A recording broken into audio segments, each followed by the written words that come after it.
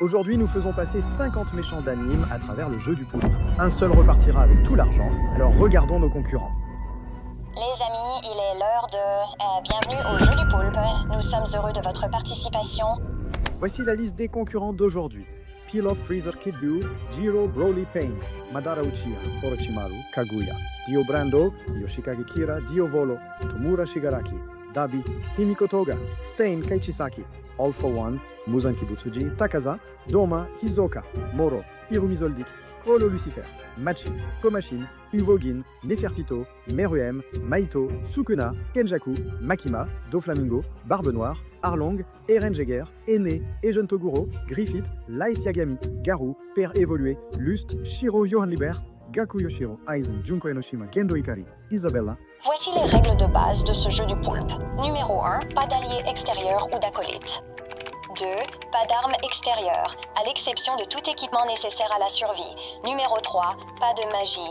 4. Les capacités naturelles sont autorisées. Le premier jeu est le jeu du feu rouge-feu vert. Vous pouvez avancer quand il crie feu vert, arrêter quand il crie feu rouge. Si votre mouvement est détecté après, vous serez éliminé.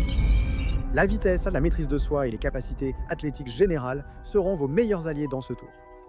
Alors avec ça, passons aux personnages qui réussissent haut la main, et pour être honnête, c'est la grande majorité de ces gars. Messieurs, s'il vous plaît, prenez vos places. Pour la plupart, les méchants d'anime ont l'habitude de commettre des atrocités à grande échelle et sont connus pour rester calmes sous la pression. Prenez Chrollo par exemple. Ce gars a été pris en otage par quelqu'un qui voulait le tuer ainsi que tous ses amis, utilisé comme monnaie d'échange, et il est resté imperturbable. Pour Chrollo, la survie de l'araignée prime sur sa propre survie. De même, Dabi peut sembler être un simple pyromane énervé et flétri dans la saison 7. Mais derrière cette haine se cache un esprit calculateur, capable d'élaborer un plan de vengeance de plusieurs décennies contre son père abusif. Il passerait ce tour facilement, ayant déjà tué des gens, les coups de feu ne le déconcerteraient pas. Honnêtement, nous pourrions passer toute la journée à mentionner des méchants qui sont tout simplement froids et rusés en général. Johan Liber, Gaku Yashiro et Griffith sont des monstres sous apparence humaine, à des niveaux différents certes, qui ont considéré les vies humaines comme de simples outils pour atteindre leurs objectifs. Le bruit des coups de feu ne les ferait sûrement pas réagir, étant donné toutes les atrocités qu'ils ont perpétrées. On peut dire la même chose pour certains des méchants les plus flamboyants, comme Frieza, Broly, Muzan et Doflamingo.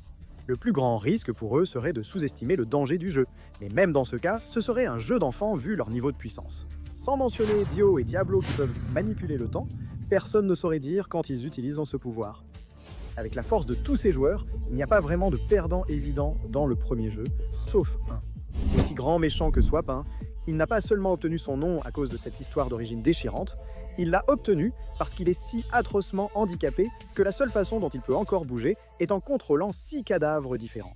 Sans alliés, il n'ira nulle part dans ce jeu. Il n'avancera littéralement pas. Vous avez été éliminé. Donc, à part Pain, les seuls personnages qui seraient vraiment à risque d'élimination ce tour sont ceux qui sont moins comiquement maléfiques, qui pourraient tressaillir au bruit d'un coup de feu, ou ceux qui sont simplement moins compétents. Malheureusement pour l'empereur Pilaf, ces deux traits le décrivent parfaitement. Bien qu'il ne soit pas nécessairement faible, il est un petit poisson comparé à la plupart des autres méchants de cette compétition. Il est aussi à la fois prétentieux et maladroit, donc si quelqu'un devait finir par trébucher sur ses propres pieds et perdre en conséquence, c'est lui. Joueurs, vous avez été éliminé. Ce n'est pas un grand tour pour les méchants de Dragon Ball non plus. Le prochain à partir est Kid Buu. Joueur éliminé. Ce gars est impulsif à un tout autre niveau, au point que l'un de ses premiers actes a été de faire exploser la Terre simplement parce qu'il le pouvait. Son manque de réflexion le mènerait sûrement à ignorer ou se désintéresser des règles. Sa philosophie de laisser gagner les pensées intrusives le mène à une mort prématurée. Elder Toguro est la dernière victime de ce piège. Joueur, vous avez été éliminé. Alors que son jeune frère a au moins un certain sens limité de l'honneur, Elder Toguro n'est que pur sadisme et cruauté. Il profitera de chaque opportunité pour tenter de blesser ou d'insulter son entourage et serait assurément le type à essayer de faire trébucher ses adversaires. Il ne serait pas surprenant que le jeune Toguro le voie essayer de tricher et dénonce son manque d'honneur. Non. Frère, nous pouvons gagner. Qu'il soit par un allié ou un ennemi, il est de toute façon foutu.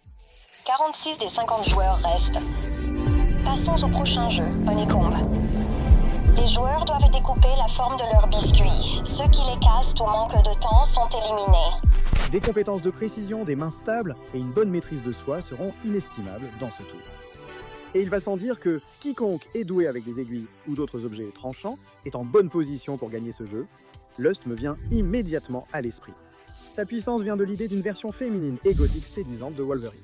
Même sans Ultimate Spear, son expérience dans la découpe avec ses mains devrait rendre cette tâche facile pour Himiko Toga, une autre gagnante de ce tour. Aussi jeune qu'elle soit, elle a un nombre terrifiant de tueries.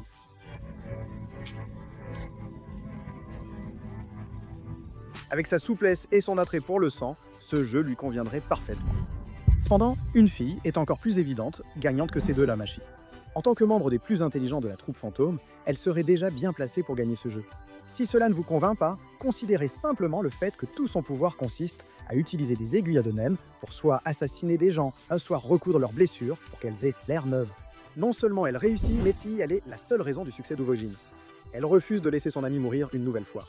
N'oublions pas l'autre force évidente, rester calme sous une pression immense. Frieza, Kaguya, All for One, Father et Muzan n'ont peut-être pas accès à leur pouvoir divin ici, mais ils sont toujours faits pour ce jeu simplement parce qu'ils sont des méchants froids et inhumains qui ont l'habitude de travailler à une échelle beaucoup plus grande de mots beaucoup plus grands, ou plus... Bien que nettement moins inhumains, des personnages comme Meruem et Shigaraki annulent la plupart de leurs traits sympathiques par un mépris presque total pour la vie humaine. Des scientifiques et inventeurs comme Gendo Ikari, Aizen, Dr Giroux et Steelfather sont dans une position similairement bonne dans ce tour pour leur expérience de travail avec leurs mains. Mahito est assez créatif malgré son manque de sérieux. Pourrions-nous avoir un autre tour avec peu d'élimination entre nos mains? Oui, peut-être peu, mais pas aucun. Broly est le genre de méchant qui se préoccuperait moins de l'argent que de se battre avec quiconque dans la pièce prêt à l'affronter. Contrairement à Uvo, il n'a pas d'allié sensé avec lui pour s'assurer qu'il survit, donc sa soif de bataille scellerait son sort. Le seul autre méchant qui perd dans ce tour est Overhaul Kaishizaki. Joueur éliminé. Malgré son esprit brillant, il a perdu ses privilèges de main après avoir été dominé par deux coups. À ce stade, la mort semble presque être une récompense pour lui, mais nous l'accepterons. 44 joueurs restent pour le pentathlon à 6 jambes. En groupe de 5, les jambes attachées, ils se déplaceront en tandem autour d'une piste. Tous les 10 mètres, un joueur jouera à un mini-jeu, chaque membre jouant une fois. Le but est de terminer tous les jeux dans le temps imparti en répétant jusqu'à réussite. Voici les mini-jeux. Dog G, retourner des tuiles de papier volées en pierre, renverser des petites pierres. Gongi, un jeu traditionnel coréen de fèves. Toupi, coup de jegi, donner 5 coups de pied à un jegi en l'air, comme le jeu de balle au pied. L'équilibre, la maîtrise de soi et la compétence générale en jeu sont essentielles pour ce jeu. C'est-à-dire pour ceux assez populaires, pour trouver une équipe. C'est le moment où les alliances et équipes commencent à se former. Certaines équipes sont déjà formées, comme celles de Chrollo, Machi et Uvo, amis depuis l'enfance, ce qui leur donne une base solide. Malgré son manque de fiabilité, Sokka serait un coéquipier populaire grâce à sa précision, son adresse et ses compétences de combat. Son amitié avec Illumi fait 5, ce qui forme une bonne équipe dès le début. Les membres de la Ligue des Vilains sont aussi bien placés. Shigaraki, Togadabi et All for One seraient bien placés ici. Bien que Stein refuserait normalement de collaborer avec eux, il reconnaîtrait le besoin de s'allier pour défaire un mal potentiellement pire. N'oublions pas Muzan qui possède pratiquement Doma et Akaza. Les trois sont extrêmement forts et sans le soleil pour les gêner, ils seraient une menace majeure dans ce jeu. Cela s'applique à tout personnage au pouvoir divin, comme Frieza et Kaguya, qui demeurent de redoutables menaces, même sans y avoir accès. Enfin, les compétences en leadership sont aussi précieuses qu'une force immense. Kenjaku, bien que sans cœur, excelle dans le contrôle et la manipulation d'alliés puissants. De même pour Barbe Noire, qui surpasse Kenjaku en étant prêt à encaisser des coups pour son équipage, contrairement à ce dernier. N'oublions pas Aizen, ancien lieutenant de la 5e division et brillant scientifique, bien que non éthique. Il a les compétences pour contraindre les gens à rejoindre son camp et à y rester aussi longtemps que nécessaire. Même sans le Hogyoku, il est très puissant, ce qui fait de lui l'une des plus grandes menaces rencontrées jusqu'ici dans le jeu. Cependant, toutes les équipes n'ont pas cette chance. À ce stade, la plupart des méchants moins puissants sont éliminés. Gendo Ikari, Isabella et Gaku Yashiro seraient les derniers choisis pour les équipes, n'ayant aucun pouvoir surnaturel et étant coupables de crimes contre les enfants. Je n'ai pas de temps à perdre avec un enfant capricieux. Ceux qui ignoreraient cela n'agiraient pas de même pour leur manque de prouesse physique par rapport aux autres joueurs. C'est donc ici qu'ils font leur dernier stand. Hey, es-tu heureuse, maman? Et bien que nous détestions voir une légende comme Light Yagami éliminée si tôt, Joueur éliminé. sans le Death Note, Light n'a pas grand-chose à offrir face aux demi-dieux musclés et aux monstres purs et durs en lice, confirmant son élimination à ce tour. Il reste 40 joueurs, le prochain jeu est Mingle. Les joueurs se tiendront sur une plateforme rotative au centre d'une grande salle circulaire. n'importe quel moment, un nombre sera annoncé. À ce moment, les joueurs ont 30 secondes pour se regrouper en groupe de ce nombre et se sécuriser de la place. Tout joueur qui ne trouve pas une salle avec le bon nombre de joueurs sera éliminé. Et maintenant, ce jeu est ce qui sépare le bon grain de l'ivraie. Un sens aigu de l'équilibre, de la force et de la sérénité est essentiel pour réussir, et des alliés sont assurément bénéfiques. Oubliez ça, ces gars sont des méchants. Plus ils se trahissent, mieux c'est. Dabi est clairement un gagnant d'emblée. Il a pleinement admis qu'il ne se soucie de la Ligue que dans la mesure où elle l'aide à poursuivre ses propres plans égoïstes de vengeance. Il n'hésiterait pas à trahir les autres, Hisoka est pareil. En plus d'être un total pervers, Hisoka sera plus déterminé que quiconque à aller jusqu'au bout pour pouvoir se battre avec l'adversaire le plus fort possible. Pour Hisoka, la vie des gens n'est que des jetons de négociation pour son futur plaisir. Ajoutez à cela sa vitesse immense et vous avez un gagnant assuré pour ce tour. Les méchants ayant une autorité préétablie sur les autres joueurs sont également en bonne position ici. Prenez Neferpito par exemple. Elle est littéralement biologiquement construite pour servir Meruem. Oses-tu te moquer de moi? Les deux ont une vitesse et une force extrêmement élevées, même avant d'utiliser Nen. Donc si ces deux infâmes devaient apparaître, nous pensons qu'ils réussiraient à survivre. Musan, quant à lui, est un cas à part. Ses fidèles ne le sont que par peur d'être tués. Pour ces deux-là, c'est une question de survie. Lequel risque le plus d'être écarté? Akaza a suscité la haine du monde en tuant Rengoku, mais il demeure l'un des rares démons de la série à posséder un certain sens de l'honneur. Ne nous attardons pas là-dessus.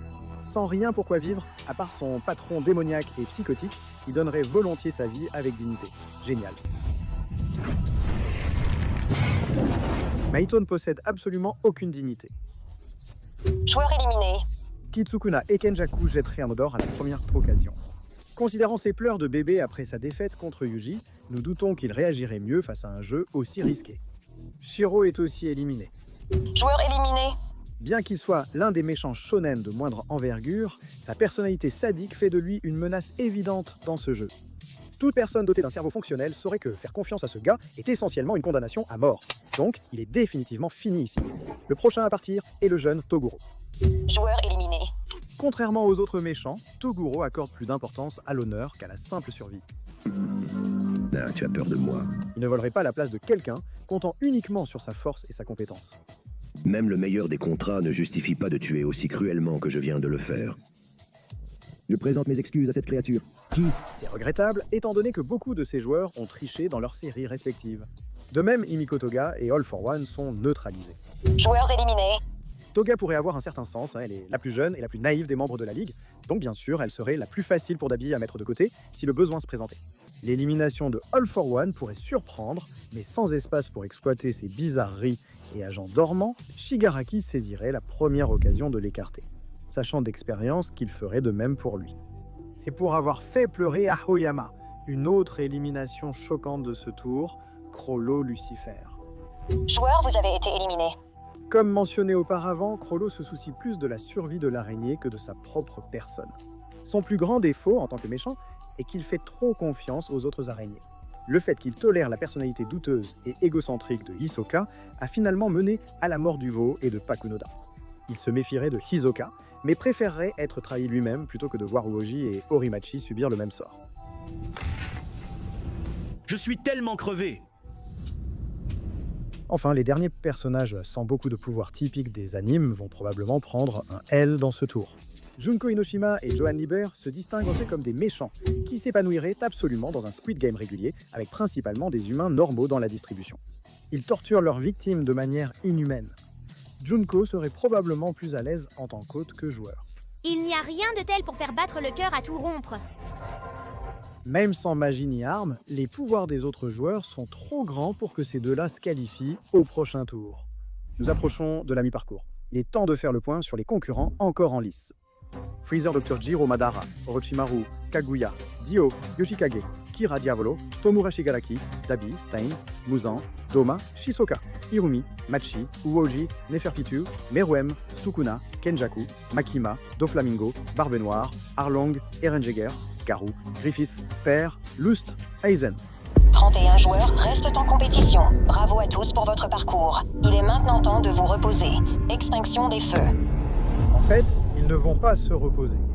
Cette saison, après chaque tour, les joueurs votent grâce à un patch qui indique leur choix pour décider s'ils continuent ou non les jeux. Les tensions sont fortes, les alliances Rocket sont tendues, et les gens sont à deux doigts de craquer. Il est donc temps pour une bonne vieille bagarre à l'ancienne. Puisque c'est un tour bonus non officiel, les pouvoirs sont exceptionnellement autorisés. Certains d'entre vous voudront peut-être vous cacher. Deux personnages qui survivent d'emblée sont Doma et Musan. Normalement, seule la lumière du soleil ou la décapitation par la lame Nichirin peuvent les tuer. Cependant, ici, les éliminations ne sont pas officielles. Il s'agit simplement de savoir qui survit et qui meurt. Suivant cette logique, Frieza, Kaguya et Meruem nécessitent des moyens encore plus élaborés pour être vaincus, les mettant hors de danger pour le moment. À ce stade, presque tous les combattants faibles ont été éliminés, ne laissant que ceux pleinement prêts et aptes à se défendre. Hisoka, Sukuna, Griffith, Garou et Barbe Noire me viennent à l'esprit. Il est grand temps que les méchants de Naruto soient davantage mis en lumière. Orochimaru s'est pratiquement rendu immortel juste pour pouvoir en apprendre davantage sur le monde, ce qui signifie qu'il a une longueur d'avance en termes de compétences de combat et d'expérience, sans parler de Madara, qui est à la fois un combattant impitoyable et possède une connaissance et une expérience étendue en matière de combat. Sans chakra, il aurait déjà une chance, mais avec l'amplification statistique et la maîtrise de la furtivité. Le gars choisirait sa manière de prospérer. Évidemment, tous ne voudront pas se battre. Machi peut être méchante, mais elle n'est ni cruelle ni sadique. Ses crimes ne semblent pas lui procurer de plaisir, ce qui suggère qu'elle préférerait garder ses distances. Bien que tenter d'éliminer Hisoka maintenant, Aizen est assez sage pour garder profil bas pour le moment, car il y a un temps et un lieu pour cela. Il a le temps de devenir un dieu plus tard. Il y a aussi un moment pour les éliminations. La première de ce tour est Eren Jaeger. Joueur éliminé. Son titre et sa forme seraient une autre histoire. Mais le Eren normal est juste, il est le Eren normal. Il reste un gars fort avec beaucoup d'expérience de combat militaire, mais il fait face à des poids lourds qui seraient trop pour lui. Malgré tout, Eren est assez convaincu pour tenter d'abattre quelques monstres restants en course, afin qu'il ne remporte pas le Grand Prix. Yuvogin livrerait un sacré combat, mais il irait certainement vers Shizuka. Avec la vengeance en tête, il tenterait de se venger du meurtrier de son leader. Même si ce serait un match serré, le Bungee Gum de Hisoka lui donnerait l'avantage pour trouver une façon créative de vaincre Uvo. Uvo est fort, mais Hisoka l'est aussi, et il est beaucoup plus rapide et polyvalent en plus. Uvo n'est pas le seul gros frappeur à tomber dans ce tour non plus. Yoshikage, Kyuta, Stain et Griffith possèdent une force surhumaine selon les normes humaines. Joueurs éliminés. Mais ils sont surpassés par les personnes avec qui ils seraient probablement en train de se battre. Stain essaierait d'éliminer certains des plus grands mots, Kyuta serait visé par les deux utilisateurs de stand, nettement plus forts en lice, et Griffith est si méprisable que même certains des autres méchants voulaient pour sa mort. Sa force est une raison supplémentaire de l'éliminer de la course. Pour compléter les éliminations de ce tour, Nefer, Pitou et Meruem. Joueurs éliminés. Pitou est déterminé à se battre et à protéger Meruem à tout prix. Lorsqu'un autre personnage avec un pouvoir divin comme Frieza menace sa sécurité, Pitou tenterait rapidement de le neutraliser. Après avoir rapidement réglé son cas, il veut certainement voir les capacités de son patron. Nous adorons Meruem, mais ce n'est même plus un combat. C'est pratiquement une exécution. Bonjour les joueurs, il reste 24 joueurs. Il est temps pour le prochain jeu, les billes. Vous jouerez le jeu de votre choix avec votre partenaire. Le joueur qui prend toutes les 10 billes gagne. Le perdant sera éliminé. Chaque duo a le choix de concevoir un jeu honnête où le gagnant avance et le perdant est éliminé, ou de tricher pour l'emporter, ce qui est dans la nature de beaucoup de ces joueurs. 12 matchs nous attendent, alors discutons des associations probables. Frieza contre Kaguya, mettons cela de côté. Ces deux-là sont extrêmement surpuissants, même selon les normes des animes. Dans une bagarre générale, Frieza gagnerait sûrement, mais il s'agit d'un jeu d'esprit.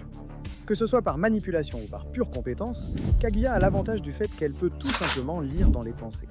Je suis aussi choqué que quiconque, mais Frieza est tombé comme un vulgaire Namekian. Joueurs éliminés. Shigaraki contre Dabi, deux personnages intelligents, impitoyables et manipulateurs, un affrontement qui s'annonce passionnant. Shigaraki sait motiver ses alliés, même dans les moments les plus sombres. Malgré tout, il se soucie sincèrement de la Ligue. Dabi est glacial et indifférent à tout, sauf à sa vengeance contre Endeavor, volonté qui sera la perte de Shigaraki. Joueurs éliminés. Un développement encore moins surprenant est Muzan contre Doma. Muzan a un contrôle total sur ses démons de la Lune. Bien que malheureux d'utiliser son atout si tôt, Doma semble avoir été rétrogradé à une victime nécessaire. Joueurs éliminés. Un affrontement entre Père et Dr Gero, deux génies ayant créé une race d'êtres mortels pour exécuter leurs ordres. Seul l'un d'eux était assez colérique pour finir par être tué par l'une de ses créations, donc il semble que le Dr Gero soit hors jeu. Joueurs, vous avez été éliminés. Pour soulever quelques sourcils, comparons Lust et Aizen. Cela devrait expliquer pourquoi Lust ne s'est pas allié à Fader. Eh bien, genre, Aizen ne l'explique pas spécifiquement, mais Lust n'est pas stupide. Elle sait que Father ne la voit que comme un moyen d'atteindre une fin. Dommage qu'elle ait choisi de flirter avec un gars notoirement froid et calculateur pour essayer de le vaincre. Désolé Lust, mais ton parcours s'arrête ici, hein. Joueur éliminé. Machi contre Makima, deux méchantes redoutables avec de nombreux atouts, comparons-les pour déterminer la plus impressionnante.